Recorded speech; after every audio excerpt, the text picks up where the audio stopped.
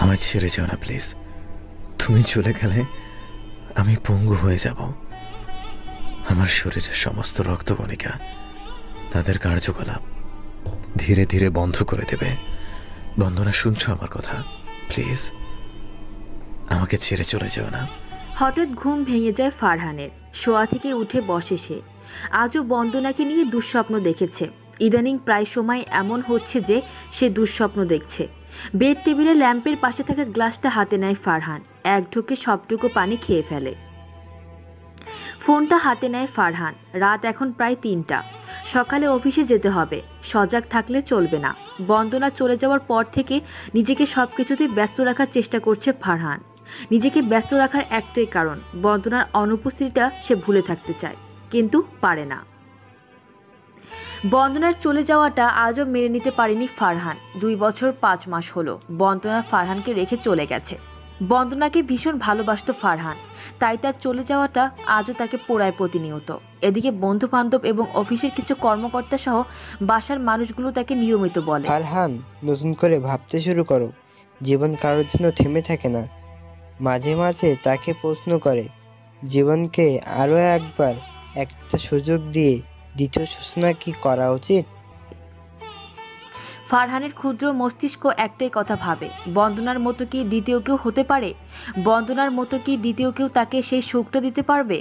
দ্বিতীয় সূচনা করা কি সবার পক্ষে সম্ভব হয়ে ওঠে? ফারহান উত্তর খুঁজে পায় না। সে কেবল বন্দনাতেই লেপ্টে থাকতে চায়। বন্দনা ব্যতীত অন্য কিছু ভাবনাতেও আনতে চায় না ফারহান।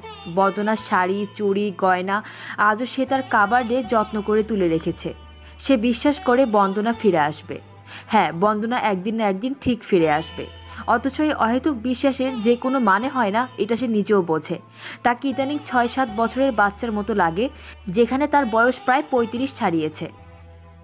সকাল ৯টা। নাস্তার টেবিলে সবার সঙ্গে ফারহানও বসে আছে। রমজান শেখের সম্পত্তির অভাব না থাকলেও তার পরিবারে হাসির ভীষণ অভাব। শেখ ভিলা আগে ভীষণ হাসি খুশিতে ভরপুর থাকতো, যেন রোজই এখানে কিছু না কিছুর আয়োজন চলতো। বন্দনা চলে যাওয়ার পর থেকেই রওশন বেগমও চুপ হয়ে থাকেন। প্রয়োজন ছাড়া বাড়তি কথা বলেন না। কিন্তু ইদানিং তার মাথায় ভূত চেপেছে, ফারহানের বিয়ের ভূত। যেই ভূত হাজার ঝাঁটাপেটা করলেও নামবে না।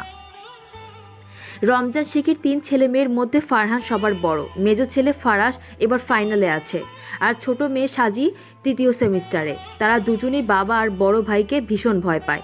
এ বাড়িতে রমজান শেখ এবং ফারহান যা বলে তাই হয়, আর এরা দুজন এটাতে অভ্যস্ত হয়ে গেছে।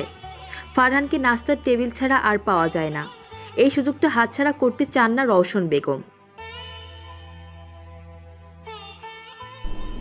হ্যাঁ মা, বলো।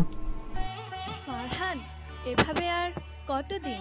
এবার অন্তত আমাদের কথা শোন বাবা। তোমাদের কোন কথাটা শুনিনি আমি? ফারহান, এবার অন্তত বিয়েটা নিয়ে ভাব বাবা। মা, আমার কি মনে হয় জানো? আমাকে খেতে বসতে দেখলেই তোমার এই বিষয়টা নিয়ে কথা বলা লাগে।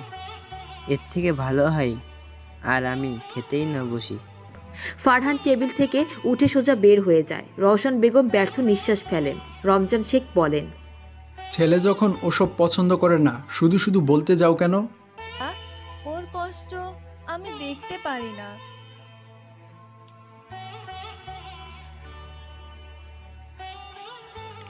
ভাইয়াকে একটু সময় দাও মা, ঘটনাটা বলতে দাও আগে।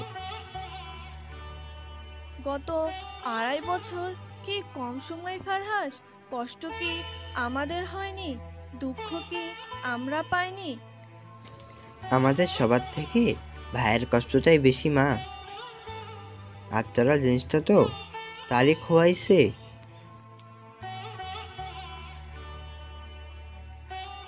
তুইও কি জ্ঞান দেওয়ার জন্য বসে আছিস নাকি?